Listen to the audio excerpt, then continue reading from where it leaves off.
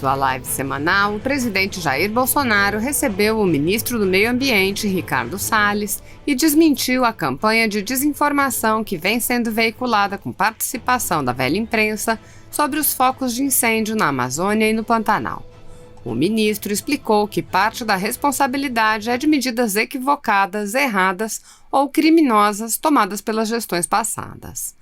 O ministro Ricardo Salles expôs os dados de preservação ambiental no Brasil e explicou que o país é campeão em preservação de florestas, além de utilizar energia renovável e ter uma baixíssima emissão de carbono.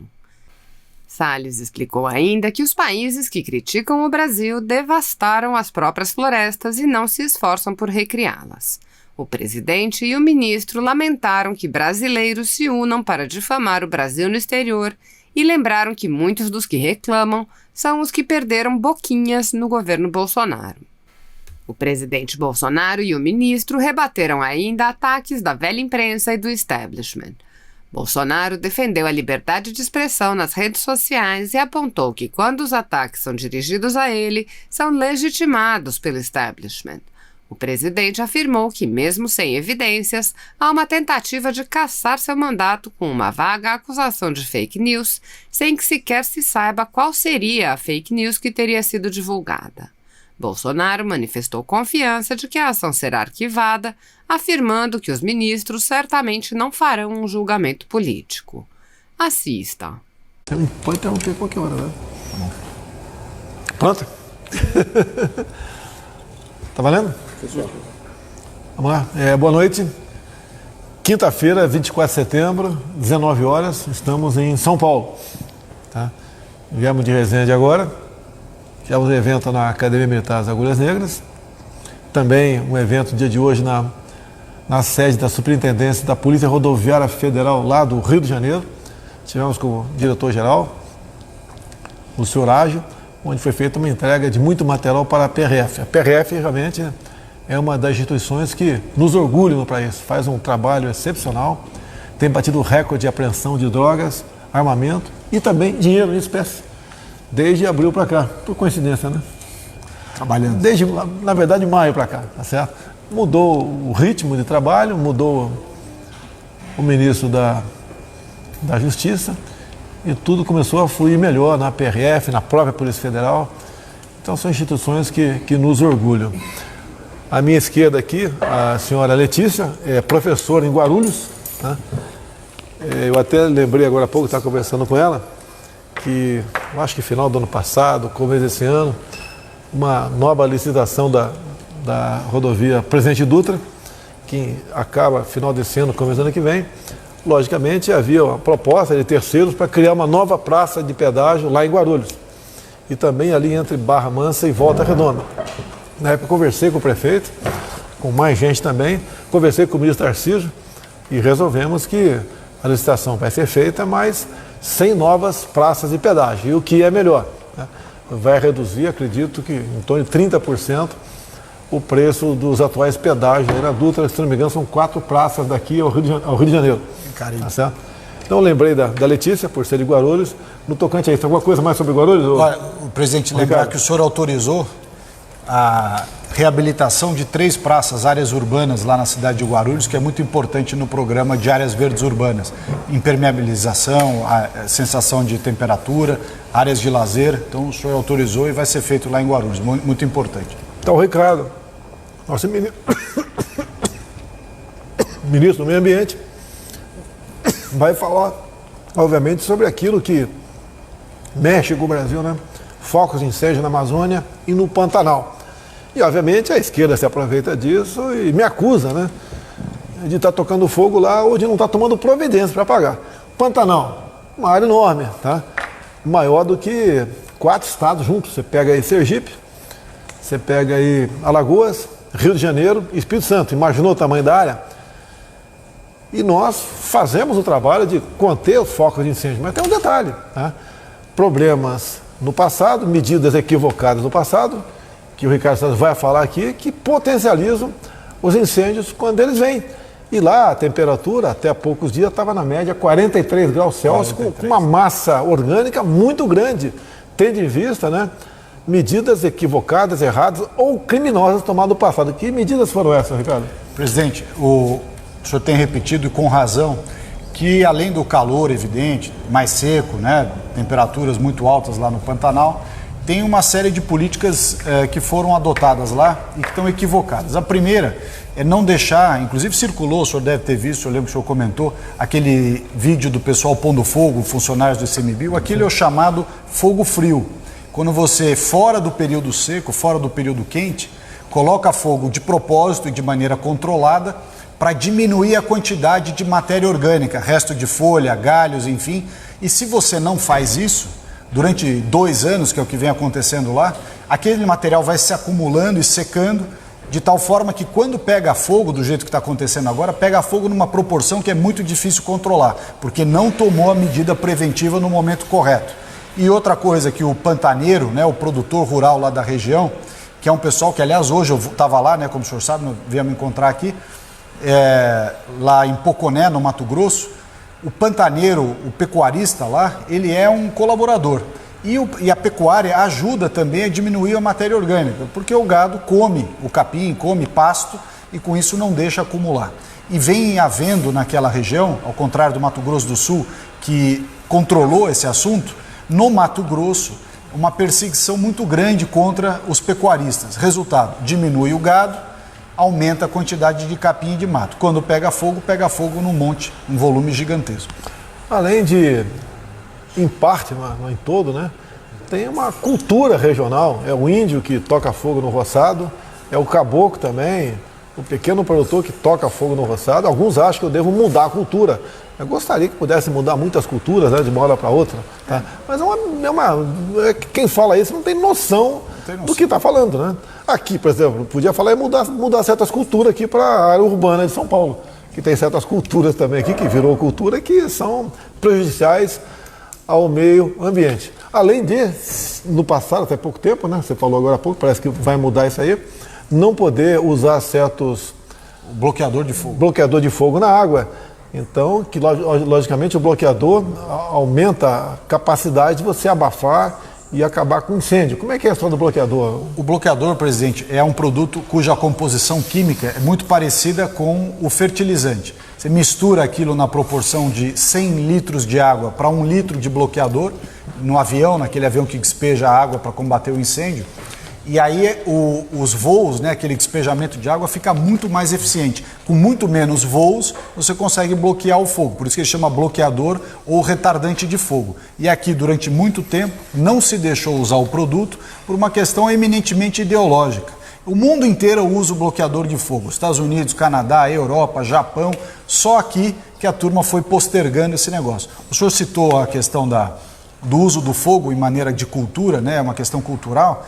Essa semana passada saiu um artigo no jornal The Guardian, jornal inglês, dizendo que na Califórnia, incêndios muito maiores, aliás, do que os que estão acontecendo no Pantanal, um dos motivos pelos quais o incêndio está tão grande na Califórnia, porque lá o governo democrata, portanto de esquerda que está lá, não deixa queimar de maneira preventiva. E o jornal inglês diz, olha, essa é uma das razões pelas quais está queimando tanto na Califórnia, porque o governo democrata lá não deixou fazer o uso preventivo do fogo. Outra coisa aqui, né? Sobre o nosso Código Florestal.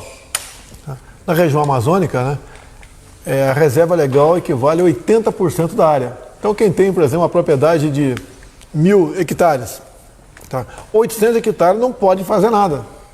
Chama-se reserva legal. Ele pode trabalhar apenas em 20% disso daí. E a Amazônia em si, eu falo, a esquerda chama de mentiroso, né? A floresta pega fogo? O núcleo da floresta, que é úmido, na parte que não é seca, não pega. O que pega fogo é no entorno, onde houve diminuição da vegetação, porque houve intervenção humana. Intervenção essa ao longo de 500 anos, né? 84% da Amazônia é preservada de maneira primária, ou seja, igualzinho quando os portugueses chegaram aqui, 84%. Não tem nenhum outro país do mundo que tem esse nível, com o tamanho da floresta como nós temos, e com esse nível de preservação. E quando é que se gera grande quantidade de gás carbônico, CO2, né? Quando se produz energia, isso mesmo? A queima é uma das formas, mas a produção de energia... E o Brasil, por exemplo, praticamente 80% da nossa energia é de fonte limpa. É renovável limpa. Enquanto que lá fora é o contrário, em torno de 20% apenas. 14% nos países da OCDE. Então o Brasil é o país que mais preserva. Agora, por que esse ataque criminoso, essa desinformação aí absurda em cima do Brasil? O jogo econômico, né? Nós temos commodities, né? O que produzimos no campo e, obviamente, países, né? Não quero citar nome aqui para não ter polêmica, mas o pessoal deve saber qual país europeu está muito interessado nisso, faz uma campanha massiva contra o Brasil, nos acusando de ser os terroristas ambientais. Nós sabemos que isso não é verdade. É a mesma coisa a questão de reservas outras no Brasil. Nós temos no Brasil já 14%, equivalente a 14% do território brasileiro como reserva indígena. É uma coisa sempre polêmica você discutir, né? Porque até recomendo, não toca nesse assunto, mas 14% equivale a uma área do tamanho da região sudeste. Imagine aí, São Paulo... Para menos de 1% da população. Minas, Espírito Santo e Rio de Janeiro. Bem menos, né? Que eu acho que não tem 1 milhão de indigenistas no Brasil. E 1 milhão, eu acho que que equivale a um município, o tamanho de Jundiaí, ou maior um pouquinho, Campinas tem mais de 1 milhão de habitantes, para tudo isso aí. Se aumentar para 20%, como alguns países do primeiro mundo assim o desejavam, eu acho que você simplesmente vai inviabilizar o agronegócio do Brasil. E temos que contar com outra coisa também. Olha os índios do norte do estado de Mato Grosso, os parecidos. Eles estão numa situação semelhante à nossa. Plantam já, cultivam. 12 mil hectares de soja, presidente, eles produzem lá. Tinha uma multa milionária no passado, porque eles estavam plantando transgênicos mesmo? É. Tá. Quer falar? Aliás, é inacreditável, porque o que aconteceu com essa história do transgênico? As fazendas do homem branco, vizinhas à terra indígena, todas com transgênico. Da cerca para cá, só porque é terra indígena não pode usar transgênico. Ou seja, uma coisa totalmente ideológica, porque ou o transgênico é ruim e aí ninguém pode, nem o índio e nem o branco, ou o transgênico não tem problema e todo mundo pode. Por que o homem branco pode e o indígena não pode? Quer dizer, é uma discriminação que não faz sentido. Realmente. E outra coisa, né, que é uma verdade, as grandes reservas indígenas, pode falar Yanomami, Raposa, Serra do Sol, entre outras, né, é áreas que é quase impossível nós, né, fiscalizarmos. Então, impera lá dentro desmandos, ilícitos também, roubo de biodiversidade, exploração aí predatória dos meios naturais que existem lá, a questão de ouro e outros tipos de minério. Então, isso ajuda a quem está realmente roubando o nosso patrimônio. E eu gostaria que alguns locais, né, o índio que já está evoluído, ele pudesse realmente ter mais liberdade sobre a sua terra. Como você disse agora há pouco, por que um fazendeiro aqui pode usar a sua terra, né, da maneira racional, e por lá de cá não se pode fazer absolutamente nada? Temos um projeto em Brasília, nasceu no Ministério das Minas e Energia, dando poderes ao índio, se assim ele quiser, poder explorar a sua terra, assim como o homem branco, não o fazendeiro do lado, o faz. É isso. E quando o senhor fala bem, explorar significa que o índio, ao poder executar essas ações, ele vai seguir as mesmas regras ambientais que qualquer pessoa, homem branco de outras regiões, segue. Ou seja, cuidados ambientais, licenciamento, não é um liberou geral. Ele vai fazer as coisas direito. Agora, proibir tudo e absolutamente é um convite à ilegalidade, porque o sujeito não vai passar o resto da vida fingindo que não pode fazer nada na terra dele. Mudar um pouquinho de assunto, depois a gente volta para o Ricardo Salles aqui, que ele é a pessoa aqui que vai responder as perguntas Jovem Pan daqui a pouco. É semana, Cid? Sim, senhor. Tá, ok. Por exemplo, internet. Eu defendo a internet livre, né? Eu duvido que tenha alguém que mais apoie na internet do que eu. Duvido. Tá? Mas mesmo assim, eu defendo a internet livre. Hoje, circulou uma nota aí, matérias na internet, que o ministro Pazuello da Saúde teria, né, via nova portaria, facilitado o aborto. Né? Primeira coisa, ninguém pode facilitar o aborto, né? O aborto é proibido por lei, a não ser em 3 casos. Tá? Mas a acusação é que ele deixava de exigir, né, para que se fizesse o aborto legal, nos casos legais que existe previsto em lei, ele está deixando de exigir, numa das etapas, a ultrassonografia. E eu fui ver a portaria nova. Está bem claro aqui, o artigo 7º, né? Na ultrassonografia aqui no artigo 2º aqui, tá? Na segunda fase, diz da ultrassonografia, eu não entendo quando o pessoal inventa essas coisas. E no tocante também, dizendo que ele tinha liberado da obrigatoriedade de informar a autoridade policial. Está aqui no artigo 7º, inciso 1, comunicar o fato à autoridade policial responsável. Tudo bem. É que eu apelo ao pessoal, não vai de pronto, acreditando em qualquer coisa que está na internet, dá uma pesquisada, né? Eu vi a Bia Kiss, fez uma matéria rebatendo esse fake news, essa falsa informação, e ela cita a portaria, cita os artigos. É só na internet você dá uma olhada, vamos ver se a Bia Kiss está realmente falando a verdade sobre o assunto. Pega a portaria, né, dá uma olhada, bota na tela e vê lá os artigos que ela citou, vai ver que está lá. E o pessoal dá uma certa publicidade a isso, é descomunal, tentando sempre desqualificar o governo federal. E até me acusa. Eu não tenho como saber, não sei quantas portarias por mês ou por ano você já baixou aí, né? Não sei. É saber tudo o que acontece nos ministérios. Obviamente, se algo de absurdo acontece, a gente entra em contato com o ministro e muitas vezes o ministro leva a bola nas costas também no secretariado, como já aconteceu na saúde, a segunda vez com o ministro Pazuello. Uma coisa mais? Já levou bola nas costas lá no Ministério?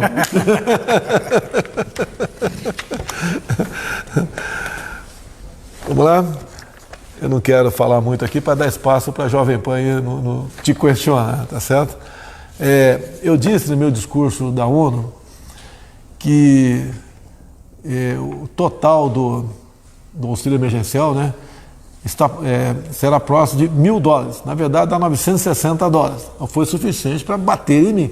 Agora, se você dividir simplesmente o volume, né, pela quantidade, você tem um número. Agora, você tem que entender muita gente que dos 65 milhões de pessoas que receberam auxílio emergencial de R$600, aquelas 5 primeiras parcelas de R$600, né, tínhamos ali 12 milhões de senhoras com filhos. Então, essas receberam o dobro, e que leva a média para em torno de 970, 960, $970. Então eu fiz a aproximação, foi o suficiente para a esquerdalha me acusar de mentiroso. Eles não falam, né? Olha, não foi 1.000, foi 960, valeu, obrigado, ou é obrigação tua. Alguns escrevem lá, Salles, é dinheiro nosso no imposto, está lá guardado no cofre. Que guardar no cofre? É endividamento, pô. Isso aí. Por isso que não reduzimos o auxílio invalidez. Ninguém reduziu. É mentira falar que reduziu. Ele foi criado por lei para 3 meses. E a lei permitia a gente, por decreto, renovar. Renovamos por mais 2. Da equipe econômica chega e fala o seguinte, são quase 50 bi por mês. E o mundo reconheceu que dos países que enfrentaram a crise, essas suas medidas foram das mais eficientes. Né? E não foi apenas auxílio emergencial, né? Depois nós continuamos, não foi por decreto mais, foi por lei, para R$300. Diminuiu muito. Eu sei disso, é muito pouco. Eu sei que é pouco. Agora, para quem está pagando, né, no caso o Brasil, é muito, porque estamos endividando. E quando você endivida-se, você tem que pagar no futuro, tem que pagar com juros, pagar com correção monetária. Graças a Deus a taxa Selic está lá embaixo. Então é um custo, né, o total da pandemia vai chegar próximo, espero que não seja rotulado de mentiroso, né, que foi 970, né, vamos falar que eu estou mentindo, próximo a R$1 trilhão. Nenhum país do mundo fez isso. Não foi apenas no auxílio emergencial, foi socorro a micro e pequenas empresas. Foi dinheiro para estados e municípios, né, compensar a não arrecadação de ICMS e ISS. Então, por exemplo, tive há poucos dias com o presidente da Associação de Bares, de Hotéis e Restaurantes, né? E ele lá atrás nos procurou, botei no meu carro, o carro oficial do governo, levei para falar com o Paulo Guedes, foi feito um plano de socorro também ao pessoal de hotéis e bares. Eles reconhecem a ajuda que o governo deu, caso contrário, seriam centenas de milhares de desempregados pelo Brasil. Os hotéis chegaram a zero, praticamente, a presença. Você que tem parques nacionais pelo Brasil, acho que o turismo também chegou a zero nos parques. Tivemos que fechar todos os parques. E agora já está tudo aberto. Então a massa de desempregados seriam milhões de desempregados se não tivesse tomado essa medida. Então o Brasil realmente foi o país que melhor tratou essa questão na parte econômica. Na parte sanitária, deixar bem claro que o Supremo Tribunal Federal decidiu, né, que quem devia tratar desse assunto de medidas restritivas eram os respectivos governadores e prefeitos. E assim foi feito. O governo federal, basicamente, né, se prestou para enviar recursos a municípios e meios também para que fossem atendidos aí o pessoal contaminados sobre o coronavírus. E deixo claro também, né, em quase tudo que eu falei no passado, falei porque não podia tomar providência, acontece agora. Tá? Muitos já dizem que a economia realmente, né, não poderia ser atingida como foi no passado, porque aquela historinha, fica em casa, a economia a gente vê depois, estão vendo aqui, porque a economia sofreu alguma coisa. Agora, se nós não tivéssemos tomado a providência, o baque seria muito maior. Talvez tivesse o Brasil aí voltado, enfrentando situações caóticas, né, sociais. A questão da tão falada hidroxicloroquina, agora chega a essa conclusão que alguns estudos já, e por experiência, comprovação, né, que a hidroxicloroquina realmente salva vidas. Olha uma coincidência, o prédio onde eu trabalho, na Presidência da República, mais de 200 pegaram o vírus. Eu acredito que quase todos ali, informações que eu tenho, né, que foram consultados com os médicos da presidência, que o médico que está lá não é só para mim, é para atender também o pessoal da presidência, tomaram a hidroxicloroquina e ninguém sequer foi hospitalizado. Então é uma coisa que, pela observação, deu certo. Agora vinha aquela historinha do passado. Não tem comprovação científica. Pô, e daí? Tá certo? Olha o e daí de novo aí, né? Que não tinha. Qual a alternativa? Não tinha alternativa, né? Toma a hidroxicloroquina ou não toma nada. Quem não tomou, e de acordo com a idade, de acordo com a comorbidade, não tomou na fase inicial, foram hospitalizados, foram entubados, e outros, infelizmente, aí perderam as suas vidas. Você foi contaminado? Não, eu sou um dos poucos ministros que não tive. Eu não vou rogar praga não, mas você vai pegar. Vou pegar. Vai pegar. Se é que você já não pegou, né? Às vezes o exame não detecta. Eu fico vendo Brasília, né? Não vou falar nome aqui, mas a alta cúpula do poder em Brasília, alguns do executivo, do judiciário bastante, do legislativo também, com máscara 24 horas por dia, dormir com máscara. Cumprimento assim, ó. Como é que é? Pô, pegaram o vírus agora, não adianta isso aí que eu falava lá atrás, né? Tomar cuidado, quem tem comorbidade, esperando uma vacina, esperando um remédio comprovado cientificamente, né? Mas não adianta, vai acabar pegando. E ficando em casa não resolve nada, porque quando você um dia vai ter que sair da toca, né? Vai ter que sair da toca, sair de casa, e vai acabar pegando o vírus. Agora, como enfrentar o vírus? Com vitamina D. Lembra quando pedi para o Paulo Guedes zerar o imposto sobre vitamina D? Foi criticado, sem comprovação científica. O presidente Jair Bolsonaro zero imposto da vitamina D. Tá bem que está dando certo. Governadores, prefeitos, alguns, proibindo o pessoal ir para a praia. Eu acho que a vitamina D você adquire tomando sol. Tomando sol, né? Que é a forma de graça de você conseguir a vitamina D. Parece que fizeram tudo errado, tá? E viram depois que estava certo. É igual a questão de volta às aulas agora. Abaixo de 40 anos, né, a chance de pegar o vírus, né, existe para todo mundo, mas uma quantidade, um percentual enorme, né, não atinge nada as pessoas, nem aquela gripezinha, ela pega, que foi tão criticado também, a gripezinha, tá certo? E as aulas têm que voltar, problemas estamos tendo em casa, né? Na Europa, por exemplo, presidente, desculpa interromper, na Europa o pessoal está saindo nas ruas exigindo diversas medidas de retomada. Vão ficar em casa até quando? Por exemplo, estive agora na Academia Militar das Agulhas Negras, né? Também na Escola Naval e Academia da Força Aérea. Não fecharam suas portas. Todos, né, tiveram aulas o tempo todo. Tá? Estava fechada a Academia da Polícia Federal também, abrimos, né? Aquele outro ministro que saiu também era todo desse timinho do Fica em Casa também, né? Saiu, voltaram às aulas. Polícia Rodoviária Federal também, inclusive com novos concursados. Estão funcionando em Santa Catarina, a Academia da Polícia Rodoviária Federal. Não tem problema. Estamos tendo problema no colégio militar, porque tem muitos professores civis, são sindicalizados, uma pressão enorme para continuem ficando em casa, né? É a politização do vírus. Tá? E aquilo que vai acontecer, não tem por que a pessoa se acovardar. É que eu digo, quem tem comorbidade, quem tem uma idade avançada, tome cuidado, esperando uma possível vacina. Tá certo? Para depois tomar a vacina e ficar tranquilo se vier adquirir o vírus lá na frente, né? Então é uma realidade que, infelizmente, com a politização do vírus, eu fui massacrado por algum tempo perante essa nossa parte, né, dessa querida imprensa brasileira que em parte, né, muito mais desinforma. Até um ditado, o velho ditado é o seguinte, né? Se você não lê jornal, você não está informado. Se você lê, você está desinformado. Logicamente, existem os órgãos sérios de imprensa, né?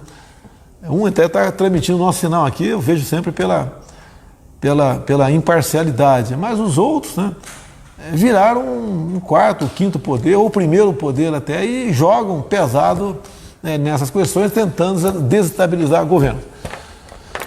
Vamos voltar para a Amazônia? Opa! Amazonas, né? Nós entramos com a medida provisória esse ano e ela caducou, não foi votada.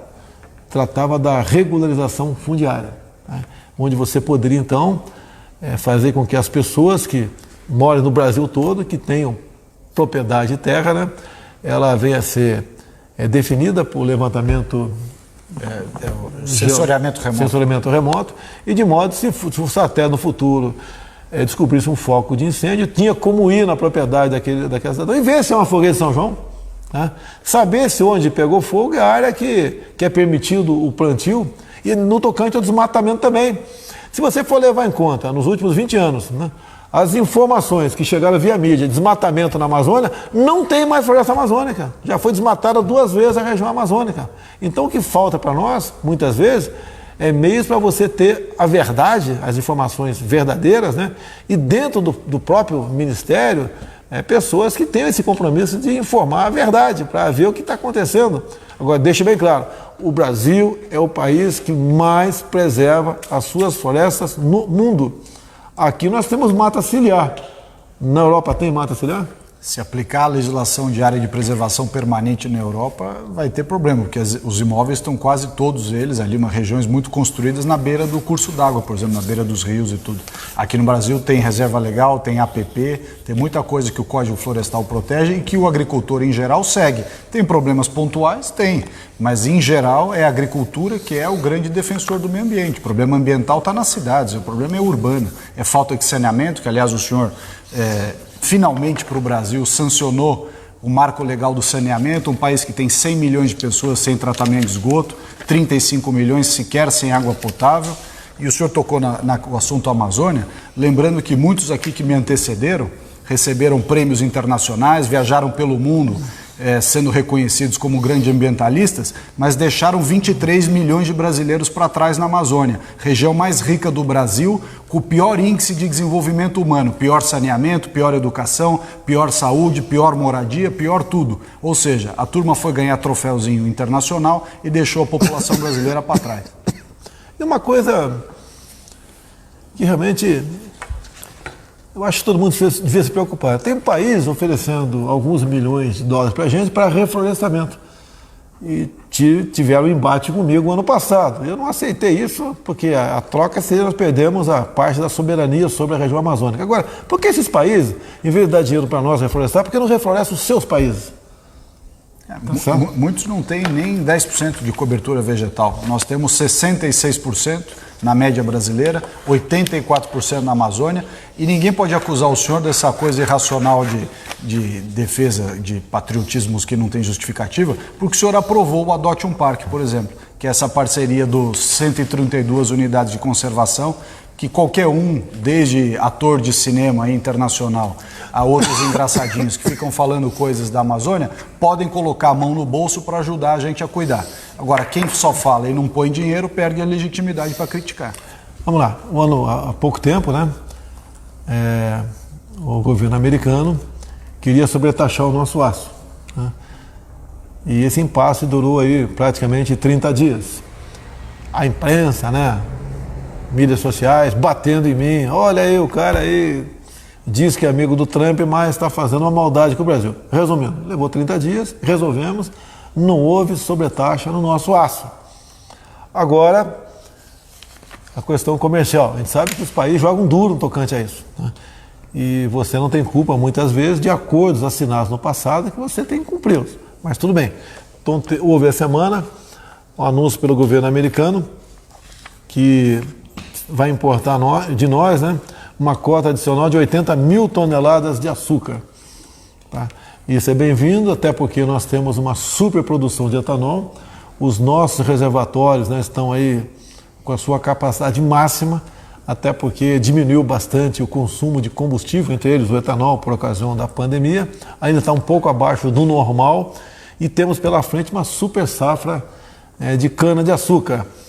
Então, obviamente, se você não faz etanol, você faz açúcar, né? Você pode jogar.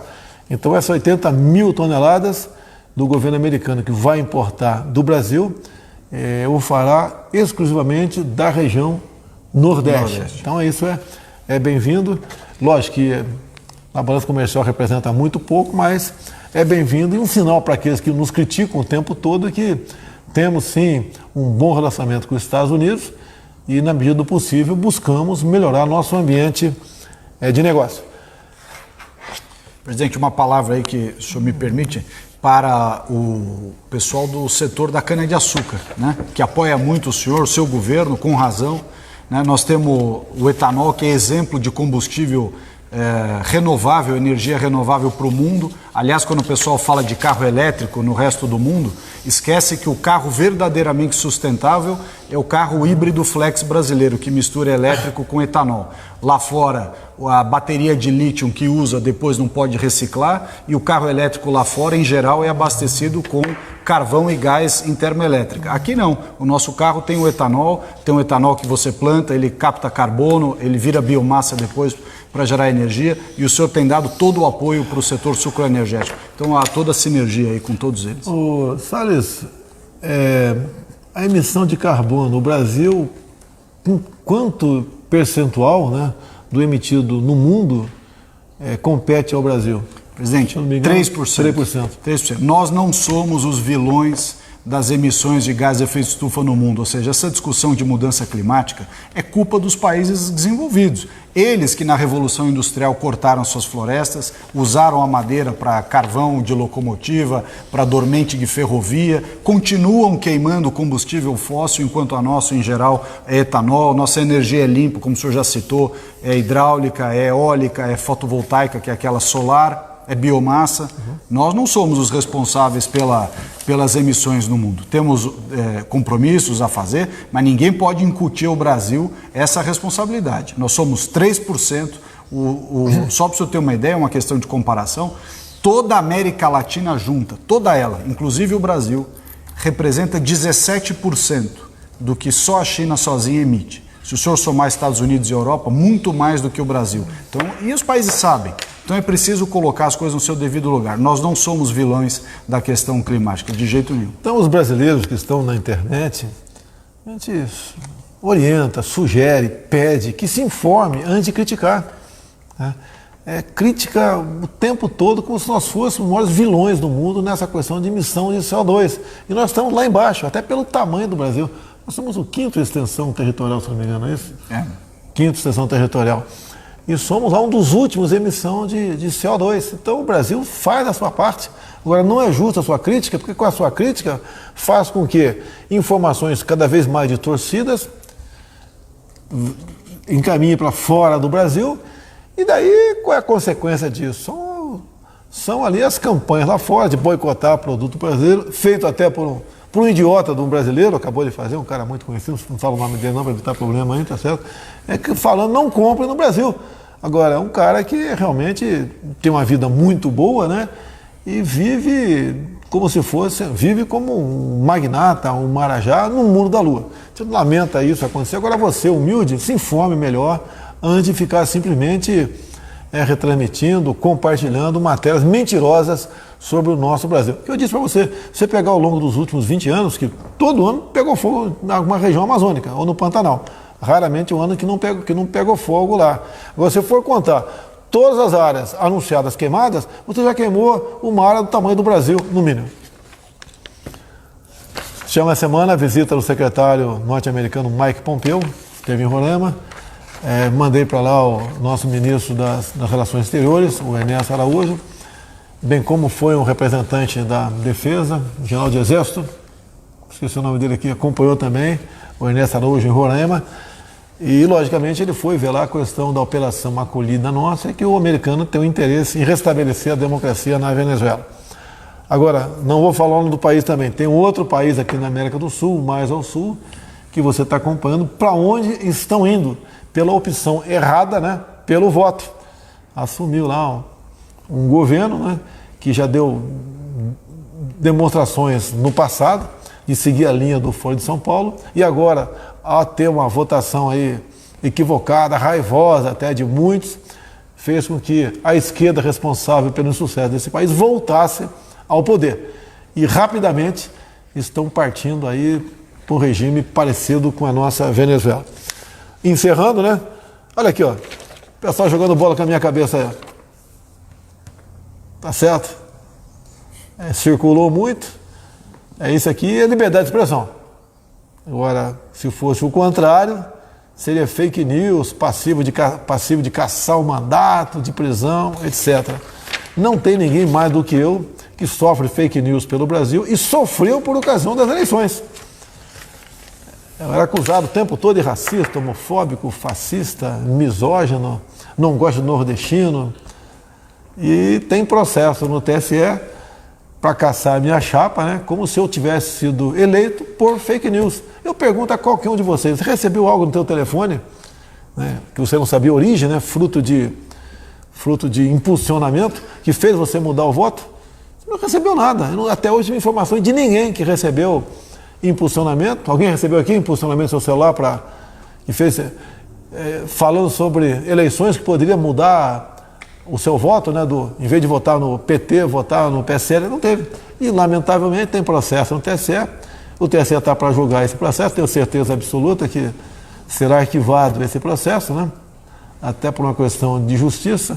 Não teremos uma votação política, tenho certeza disso, junto ao TSE, e todo mundo está atento ao que acontece. Eleições municipais. Você está em São Paulo, né? Não precisa falar quem é você deve ter um candidato já, precisa falar o nome, não vou falar o nome dos meus candidatos também. Mas eu tenho um candidato em São Paulo, mas não vou falar o nome dele, tá certo? Tenho um candidato em Santos também, não vou falar o nome dele. E também tenho um candidato em Manaus, não vou falar o nome dele, né? E, obviamente, se votasse nesse estado, saberia em quem votar. Você já sabe quem votar em São Paulo? Precisa falar o nome dele. Sabe quem votar em São Paulo? Depois você me conta aqui a pergunta. Você vai votar nele ou não? Não sei. Como é que é?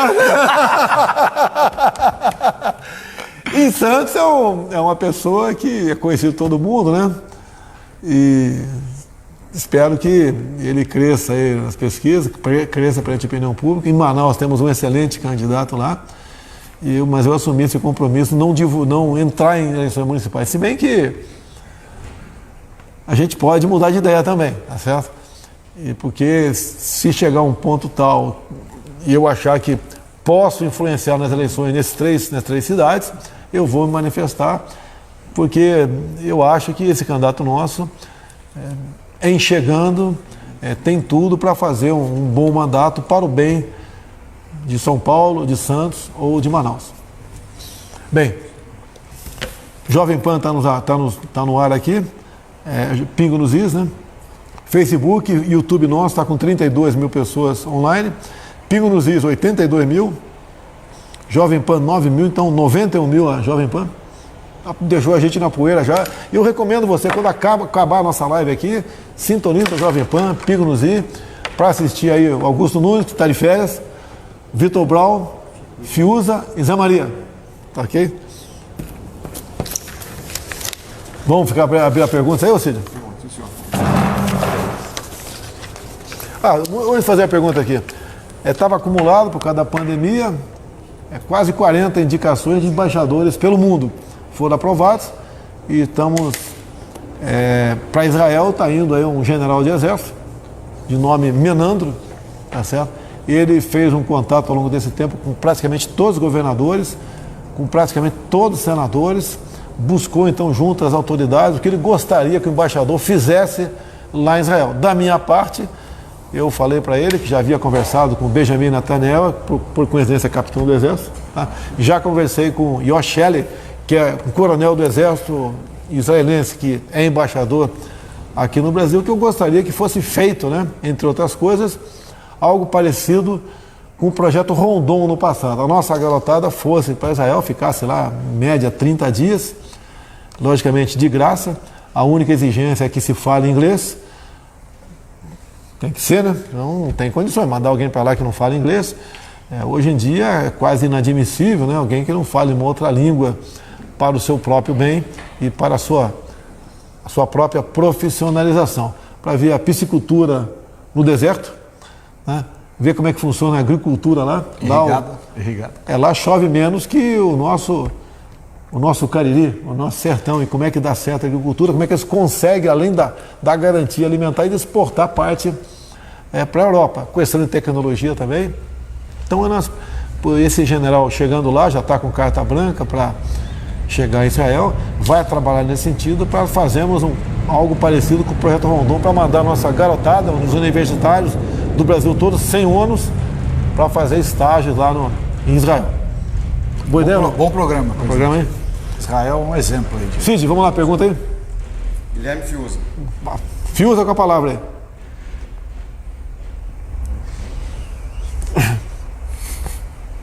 Boa noite, presidente Bolsonaro. Boa noite, ministro Ricardo Salles. Ministro, na sua opinião, quais são as 3 principais mentiras propagadas hoje sobre a Amazônia no mundo?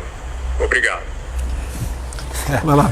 Fiuza, dá para citar várias, mas primeiro é o seguinte, de que a Amazônia está sendo desmontado o sistema de proteção ambiental, não é verdade, ao contrário, nós é que recebemos o sistema de proteção ambiental para cuidar da Amazônia desmontado. Metade dos quadros de funcionários de IBAMA e CMBio, por exemplo, estavam faltando investimento, orçamento e uma estratégia. A primeira coisa.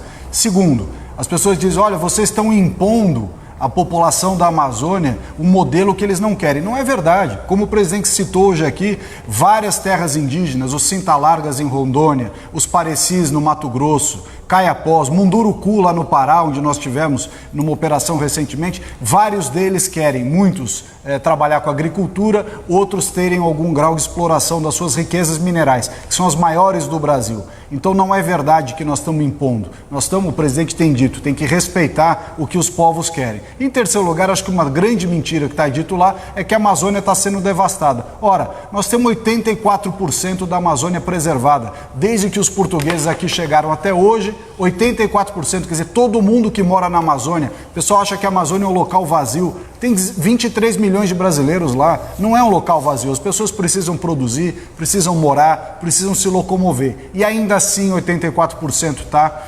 preservado. O que precisa ter na Amazônia é desenvolvimento econômico sustentável. Que, como disse o nosso Paulo Guedes, né, presidente, lá em Davos, não tem inimigo pior para o meio ambiente do que a pobreza. E a Amazônia foi deixada na pobreza. A área mais rica do mundo. Só em Roraima tu encontra uma tabela periódica, né? Embaixo da terra, alguma coisa não está embaixo da terra, porque é gás, deixa bem claro aí. E a cobiça está aí. Essas grandes reservas indígenas foram demarcadas, não por coincidência, né? Onde no subsolo existem riquezas incomensuráveis, como a região dos 6 Lagos, por exemplo, né? A Renca também no Pará, tá uma área lá atrás, por decreto do prefeito Figueiredo, foi resguardada, tá, para uma possível exploração no futuro. Quase que foi entregue a empresas outras que iriam apenas explorar aquela região, e de modo que em boa hora essa operação foi suspensa e nós esperamos um momento oportuno para ver como explorar essa área.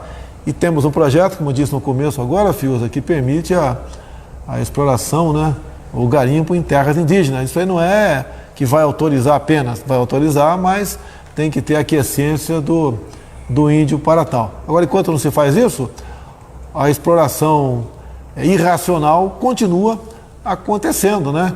E mandamos para fora grande quantidade de diamante, de ouro, entre outros minérios no momento. Outra pergunta aí. José Maria. Pois não, muito boa noite, presidente Jair Bolsonaro, boa noite, ministro Ricardo Salles. Ministro, eu gostaria que o senhor falasse o que o Brasil pode fazer, o que pode ser feito para recuperar a imagem do Brasil nesta guerra pelo mercado do agronegócio, né? E mais, qual é a origem destes ataques todos, né? Existem brasileiros torcendo contra o país, ministro? Bom, Zé Maria, eu diria o seguinte: em primeiro lugar, é uma vergonha a gente ter brasileiros que aqui dentro falam mal do seu próprio país para repercutir lá fora, ou vão lá fora falar mal do Brasil também, seja em seminários, seja em encontros, seja em artigos de jornal, o que quer que seja. Por que isso acontece? Porque o presidente foi o primeiro presidente nas últimas décadas que está tirando, né, os assuntos debaixo do tapete. A política amazônica era a política do avestruz. Enfia a cabeça no buraco, faz de conta que já não tinha garimpo ilegal em terra indígena, que já não tinha roubo de madeira, que já não tinha grilagem de terra. E por que tinha tudo isso? Porque o pessoal não queria nem discutir esses assuntos. E o presidente Bolsonaro, de maneira coerente e séria, está trazendo esses assuntos para serem debatidos no Brasil. O pessoal vai lá fora reclamar, porque nós também fechamos um monte de torneira das boquinhas aqui dentro. Um monte de entidades, um monte de organizações, um monte de acadêmico que fazia estudo que não acabava nunca, né? Mas ficava tomando dinheiro do governo. Nós fechamos, ou então que passava pelo governo. Nós fechamos essa torneira e a turma está gritando lá fora também.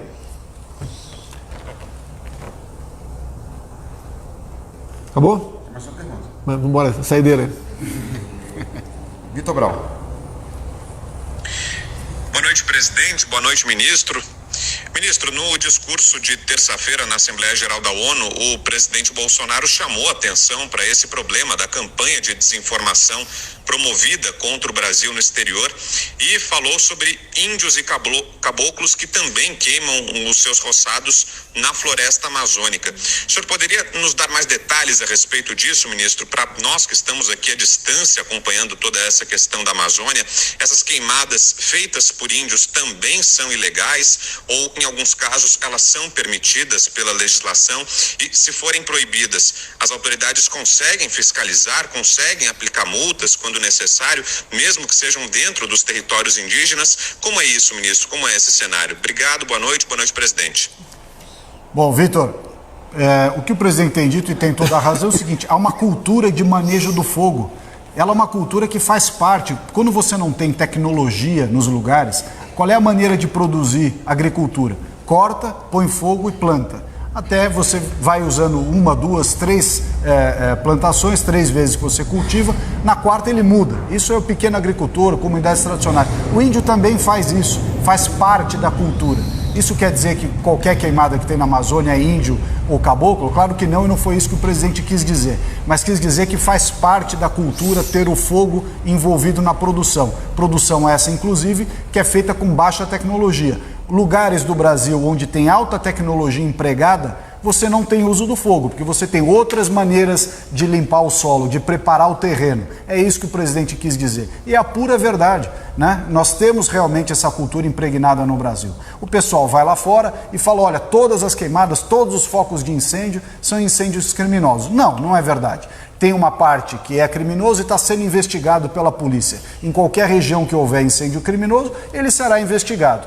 Os índios e as comunidades tradicionais que usam o fogo em relação à sua cultura têm uma dispensa, inclusive do decreto que o presidente assinou, e é importante lembrar isso. O presidente assinou um decreto proibindo o uso do fogo no Brasil por 120 dias, exceto para aqueles que necessitam do fogo ou para pesquisa, em casos específicos, ou para culturas, por exemplo, a cana-de-açúcar tem muita mecanização. Então a maneira de limpar o local para poder colher é o emprego do fogo. Da mesma forma, o indígena é a comunidade tradicional. Você respeita as tradições, mas proíbe os excessos. É assim que se faz política pública, do jeito que o presidente fez o decreto. Prezado Vitor Brown, Fiuza, Zé Maria, obrigado pela retransmissão aí da nossa live. Agradecer a Letícia aqui também, que gentilmente compareceu aqui para ser a nossa intérprete de Libras. Se eu não me engano, são mais de 5 milhões de pessoas que têm algum problema de audição ou de audição fala, tá certo? Então tem muita gente que nos acompanha por causa disso. Agradecer aqui o Ricardo Salles. Uma coisa mais, Ricardo?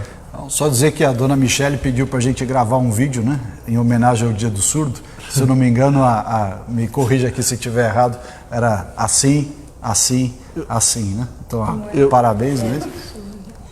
Assim, eu já gravei. Assim, então acho que eu sou maluco assim, de não gravar imediatamente esse vídeo. Você já gravou, não? Já gravamos. Cuidado, hein? Você pode ser sapecada pela primeira-dama. Pessoal, obrigado aí. Até semana que vem. Quem está no meu canal, sintonize na Jovem Pan, Pingo nos Ir. Tem 15 minutos aí para você ouvir os comentários finais aí desses nossos amigos da Jovem Pan. Até semana que vem, se Deus quiser.